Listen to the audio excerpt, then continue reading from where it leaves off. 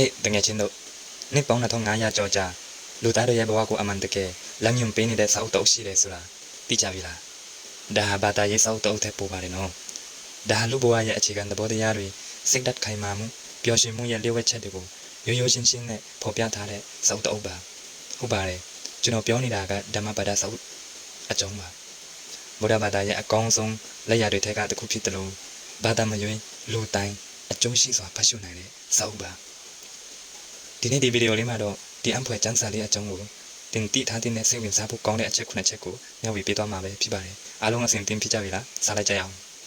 နံပါတ်1ဓမ္မပဒဆိုတာဘာလဲဓမ္မပဒဆိုတဲ့စကားလုံးကဓမ္မတရားပဒအခြေလမ်းလမ်းကြောင်းဆိုတဲ့ပါဠိစကားလုံးတွေကနေဆင်းသက်လာတာပါဆိုလိုတာကတရားတော်ရဲ့ခြေလမ်းများဓမ္မမဟုတ်တိစ္ဆာတရားစီတို့သွားရလမ်းလို့အဓိပ္ပာယ်ရပါတယ်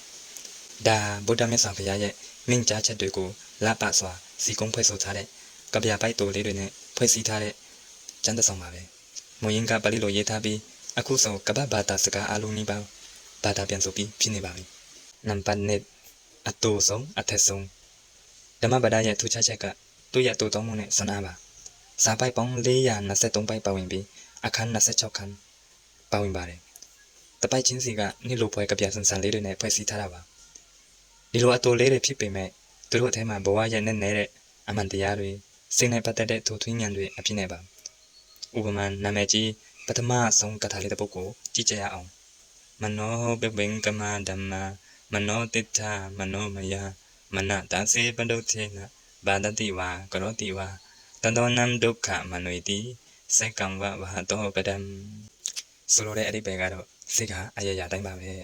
အကယ်၍လူတစ်ယောက်ဟာညှဉ်းညူးတဲ့စိတ်နဲ့ပြောဆိုပြုမှုမိရင်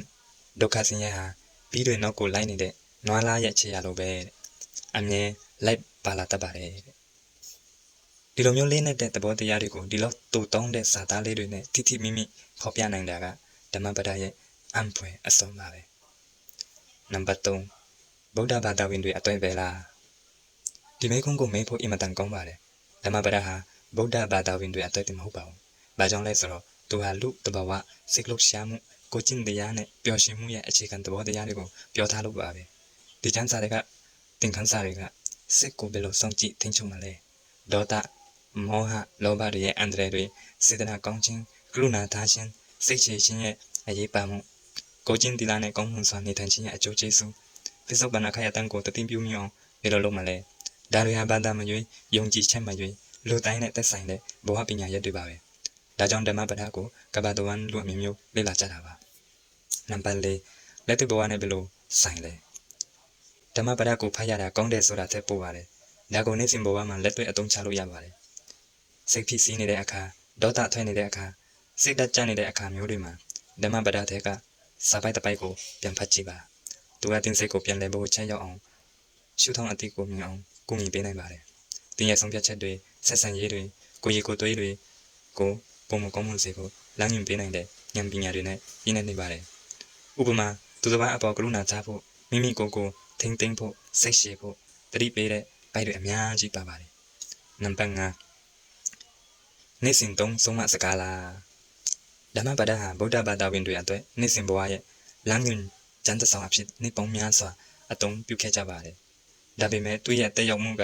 ဘာသာရေးနယ်ပယ်ကိုကျော်လွန်သွားပါတယ်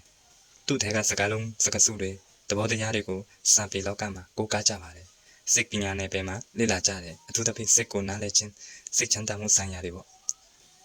ကိုကျင့်တရားနဲ့လူမှုရေးဆိုင်ရာဆွေးနွေးမှုတွေမှာလည်းညွှန်းဆိုကြပါတယ်ခေါင်းစဉ်မျိုးစုံနဲ့ကိုယ်တိုင်လေ့လာမှုစာအုပ်တွေမှာမကြာခဏကိုးကားဖော်ပြကြပါတယ်ဓမ္မပဒဟာလူသားတန်းရဲ့ဘုံဉာဏ်ပညာရဲ့ယတနာတိုက်ကြီးတစ်ခုပါပဲနံပါတ်6စာသားတွေကလာလိုက်တာဓမ္မပဒကိုဖတ်တဲ့အခါတင်တတိထားမိမှာကသူ့ရဲ့စာပေဆိုင်ရာအလားအပါပါပဲရိုးရှင်တဲ့ဥပမာတွေစီမီခွဲမြင့်တိပင်စတာတွေနိုင်ရှင်ချက်တွေကဗျာဆန်တဲ့နီလန်းတွေနဲ့နဲ့တဲ့သဘောတရားတွေကိုရှင်းပြထားပါတယ်ဒါဟာသူ့ကိုဖတ်ရတာပိုပြီးစိုက်မဲ့စရာကောင်းစေတယ်လို့မှတ်မိလွယ်စေပါတယ်အတွေ့အခေါ်ပညာရပ်တစ်ခုကိုအနုပညာလက်ရာတစ်ခုလို့ခန်းစားရစေတယ်နံပါတ်9ဘာကြောင့်အခုခေတ်မှာဆက်ပြီး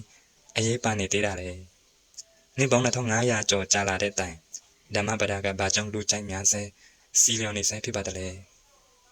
ရုပ်ရှင်ပါတယ်သူပြောတဲ့အကြောင်းအရာတွေဟာလူသားရဲ့အနိတ္တရာဖြစ်လို့ပါပဲ ကျွန်တော်တို့ခေတ်တာအရရအလင်းစလို့တရင်အမားတွေနဲ့ပြန်နှံစိတ်ဖိစီးမှုတွေများလာတဲ့ခေတ်မှာဓမ္မပဒဟာဒီခေတ်ကြီးထဲမှာစိတ်တည်ငြိမ်မှုကိုရှာဖွေနေတဲ့သူတွေအတွက်နဲ့တဲ့လမ်းညွှန်မှုတွေပေးတယ်အယုံစူးစိုက်မှုပြန်လွှင့်နေတဲ့သူတွေအတွက်တတိနဲ့နေထိုင်ဖို့တင်ပေးတယ်ဒေါသဆိုရင်မှုတွေများနေတဲ့သူတွေအတွက်စိတ်ကိုဆုံးကြည့်think ချုပ်ဖို့အကြံဉာဏ်တွေပေးတယ်ဘဝရဲ့အဓိပ္ပာယ်ကိုရှာဖွေနေတဲ့သူတွေအတွက်ရုပ်ရှင်ပြီးနဲ့တဲ့အဖြစ်တွေကိုပါဝင်နေတယ်သူရဲ့ဉာဏ်ပညာတွေဟာခေတ်ကာလနဲ့မဆိုင်တော့ပဲလူသားရဲ့အတွင်းစိတ်နဲ့သက်ဆိုင်နေတာကြောင့်အမြဲတမ်းစီလျော်နေမှာပါဒီတော့ဓမ္မပဒဟာရှေးအောင်စာအုပ်တော်အုပ်မဟုတ်ပါဘူးဒါဘဝပညာရဲ့ပြမမြင့်စိတ်ရဲ့အမြင်ပုံလူချင်းမှုရဲ့အခြေခံတစ်ခုပါ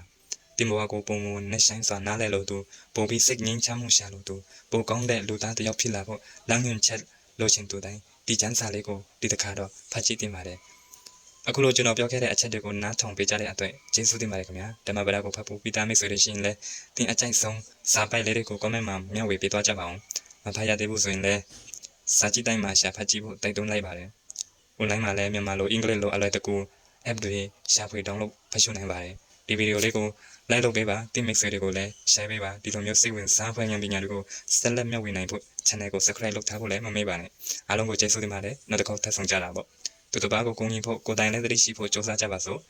ဘေးကင်းလို့စိတ်ချမ်းသာကြပါစေ